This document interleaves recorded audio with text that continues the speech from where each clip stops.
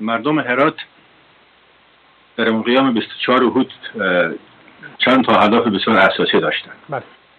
شکست کمونیسم و پیروزی تفکر دینی و اسلامی بر کمونیسم. اینا میخواستن آزاد باشن، مستقل باشن، شعائر دینیشان را آزادانه برگزار کنن، مناسک دینی در هرات به صورت آزاد برگزار شد.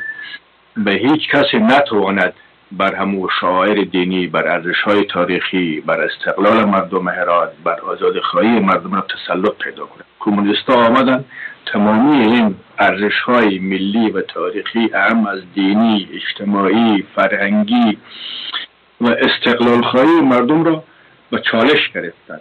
وقتی جریان به این سمت و سو جهت پیدا کرد و مردم احساس کردند که دیگه اینا آمدن که ما را به بردگی فکری ببرند، اینا آمدن که کمونیسم را و اندیشه خشن کمونیستی را بر جوانان هرات، بر مردم هرات تحمیل بکنن، مردم دیگه اشارت تحمل